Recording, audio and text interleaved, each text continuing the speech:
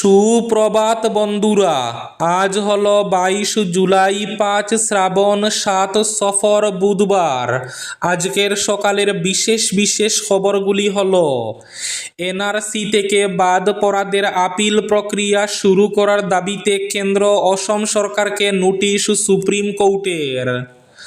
প্রধানমন্ত্রী নরেন্দ্র মোদীর বাসভবনের সামনে কংগ্রেসের বিক্ষোভ। টেনে হিচড়ে রাহুল গান্ধী, প্রিয়াঙ্কা গান্ধী ও অখিলেশ যাদবকে আটক হওয়ার কয়েক ঘন্টা পর ছাড়া পেলেন রাহুল গান্ধী ও প্রিয়াঙ্কা গান্ধী। শিলচরে দোকানে ঢুকে পড়ল এক টিপার, খালাসির মর্মান্তিক মৃত্যু। আশ্রয় শিবির থেকে বাড়ি ফেরার পথে পা পিছলে বন্যার জলে ডুবে মৃত্যু ঘটল এক যুবতীর। সোনারীতে বিধ্বংসী বন্যায় এক যুবতীর মর্মান্তিক মৃত্যু। দেশ আপনার বাবার সম্পত্তি নয়, ছাত্র বিক্ষোভে লাঠিচার্জ নিয়ে প্রধানমন্ত্রীকে তোপ অরবিন্দ কেজরিওয়ালের। অপরিবর্তিত রাজ্যের বন্যা পরিস্থিতি, বাড়ছে মৃত্যু। বন্যা বিধ্বস্ত উজান অসম, ভয়াবহ পরিস্থিতি। ভারী বৃষ্টিপাতের পূর্বাভাস, জরুরি বৈঠক কাছাড় জেলা প্রশাসনের। এনডিআরএফ এসডিআরএফকে সরঞ্জাম সহ প্রস্তুত থাকার নির্দেশ। দিল্লির যন্তর মন্তরে আন্দোলনকারী ছাত্রছাত্রীদের পাশে দেশ। জোম্যাটো সুইগির মাধ্যমে পৌঁছালো হাজারো মানুষের ভালোবাসা। দেশের বিভিন্ন প্রান্তের অচেনা মানুষ অনলাইনে খাবার পাঠিয়ে আন্দোলনরত পড়ুয়াদের পাশে দাঁড়িয়েছেন।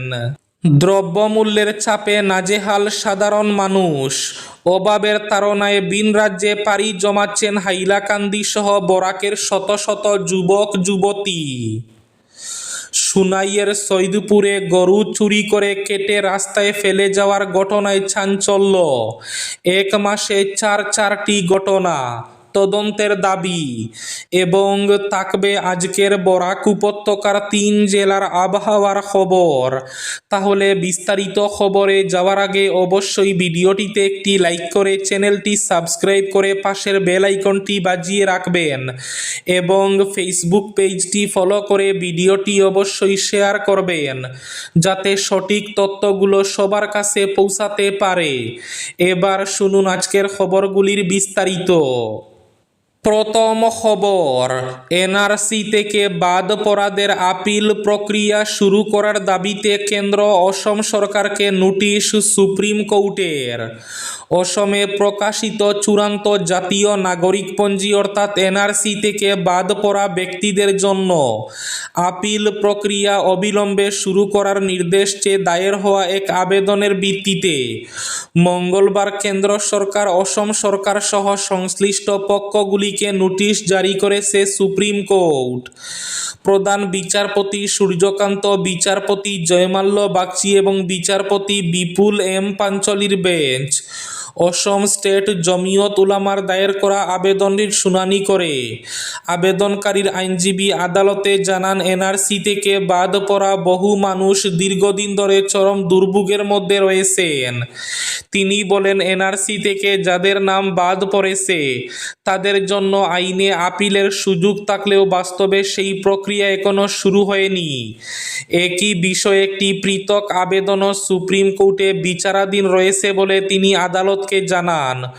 শুনানি শেষে বেঞ্চ কেন্দ্র সরকার, অসম সরকার এবং এনআরসি রাজ্য সমন্বয়কারীর দপ্তর সহ সংশ্লিষ্ট পক্ষগুলির কাছে জবাব তলব করে পাশাপাশি এই আবেদনটিকে একই বিষয়ে বিচারাধীনের জন্য মামলার সঙ্গে যুক্ত করার নির্দেশ দেয় আদালত।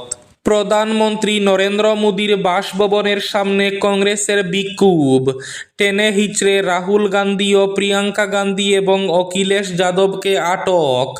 রাজধানী দিল্লিতে মঙ্গলবারও রাজনৈতিক উত্তেজনা অব্যাহত থাকে। প্রধানমন্ত্রী নরেন্দ্র মোদীর সরকারি বাসভবনের সামনে বিক্ষোভ কর্মসূচি পালন করতে গিয়ে কংগ্রেস নেতা রাহুল গান্ধী, প্রিয়াঙ্কা গান্ধী বদ্রা এবং সমাজবাদী পার্টির সাংসদ অখিলেশ যাদবকে আটক করে দিল্লি পুলিশ। তাদের পাশাপাশি কংগ্রেসের আরও বহু নেতাকর্মীকে আটক করা হয়। বিক্ষোভকারীরা প্রধানমন্ত্রী নরেন্দ্র মোদী এবং কেন্দ্রীয় স্বরাষ্ট্রমন্ত্রী অমিত শাহের পদত্যাগের দাবি জানায় এবং বিভিন্ন স্লোগান দেয়। ঘটনাস্থলে কেন্দ্রীয় প্রতিমন্ত্রী জিতেন্দ্র সিং উপস্থিত হয়ে রাহুল গান্ধীর সঙ্গে কথা বলেন। তবে তার আশ্বাসের পরও কংগ্রেস বিক্ষোভ চালিয়ে যাওয়ার সিদ্ধান্ত নেয়।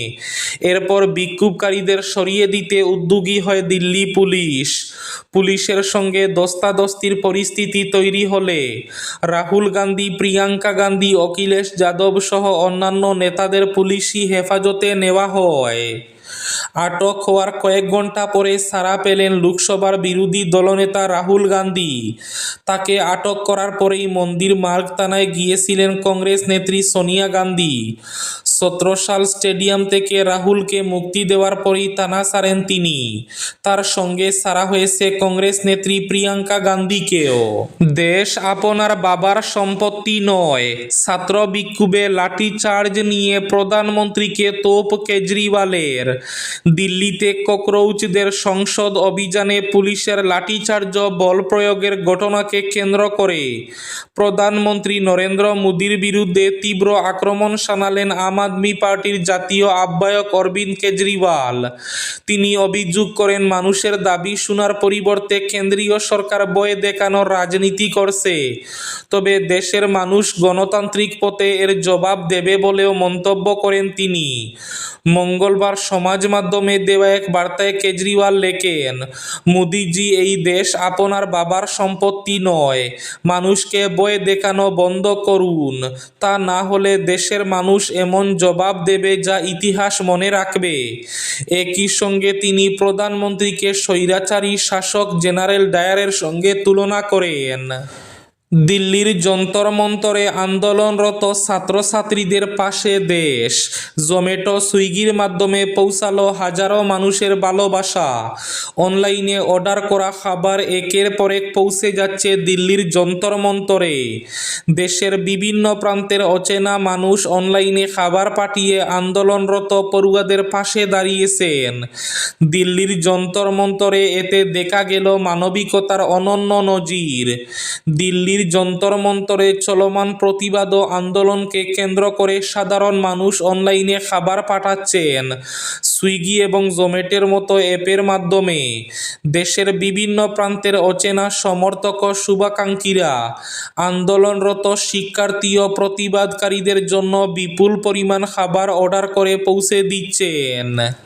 আশ্রয় শিবির থেকে বাড়ি ফেরার পথে বন্যার জলে ডুবে মর্মান্তিক মৃত্যু।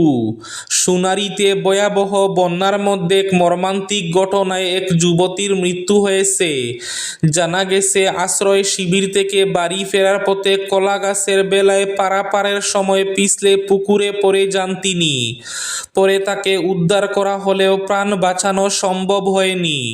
মৃত যুবতীর পরিচয় কল্পনা মাঝি বলে জানা গেছে। এই ঘটনায় এলাকা জুড়ে শোকের ছায়া নেমে এসেছে।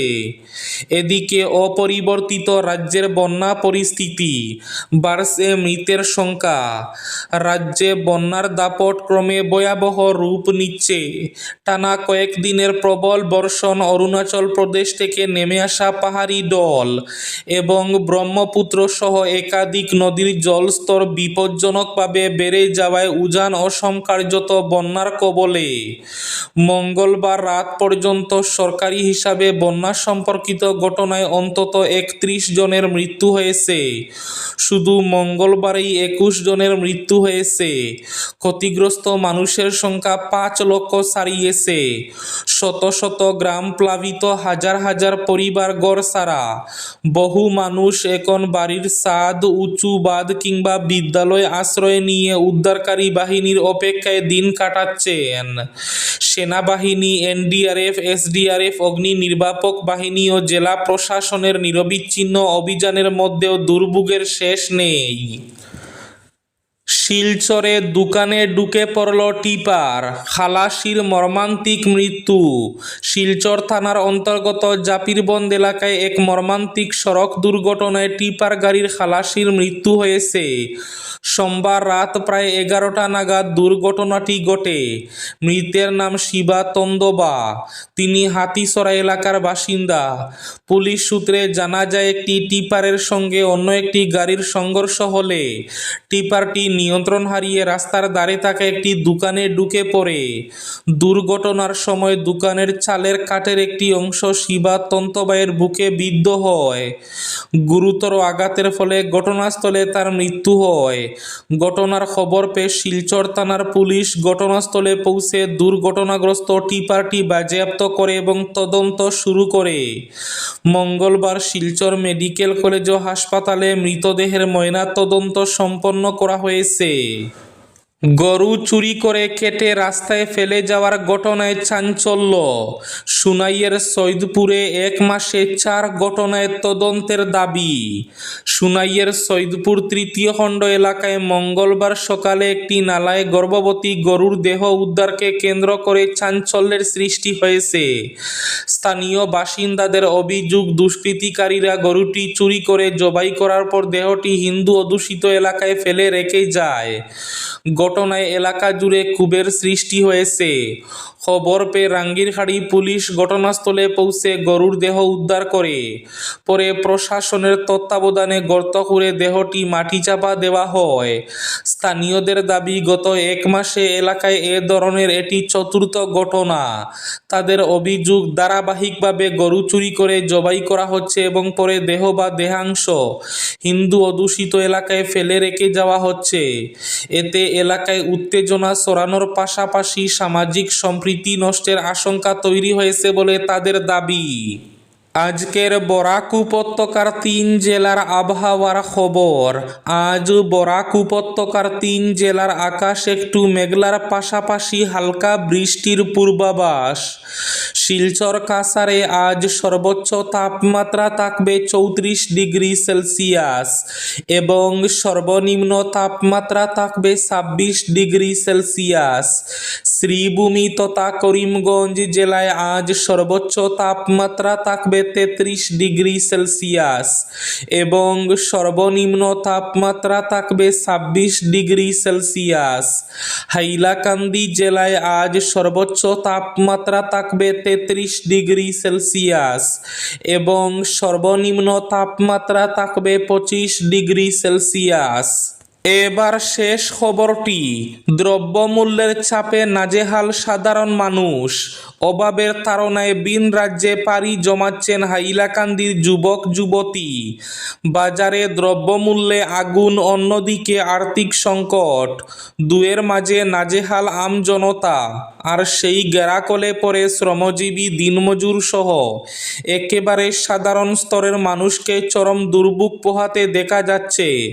খাদ্য সুরক্ষা আইনের বলে বেশিরভাগ মানুষ বিনামূল্যে নির্দিষ্ট পরিমাণের চাল পাচ্ছেন ঠিকই, কিন্তু অন্যান্য নিত্য প্রয়োজনীয় সামগ্রীর মূল্য আকাশ ছোঁয়া। তাদের জীবন নির্বাহ করা কঠিন হয়ে দাঁড়িয়েছে। ফলে আজকের দিনে জীবন নির্বাহ করতে শ্রমজীবী, দিনমজুর আর সাধারণ শ্রেণীর মানুষকে নাজেহাল হতে দেখা যাচ্ছে। বাজারে সর্বব্যাপী অভাবের আচর পরিলক্ষিত হচ্ছে। অভাবের তাড়নায় হাইলাকান্দি সহ বরাকের শত শত যুবক যুবতীকে জীবিকার তাগিদে বহিরাজ্যে, বিশেষ করে বেঙ্গালুরু পাড়ি দিতে দেখা যাচ্ছে। শুধুমাত্র উপার্জনের জন্য অনেক যুবক যুবতী বৃদ্ধ বাবা মাকে বাড়িতে রেখে বহিরাজ্যে পাড়ি জমাচ্ছেন। এই ছিল আজকের সকালের বিশেষ খবরগুলি। ভিডিওটি অবশ্যই লাইক করে শেয়ার করে দেবেন।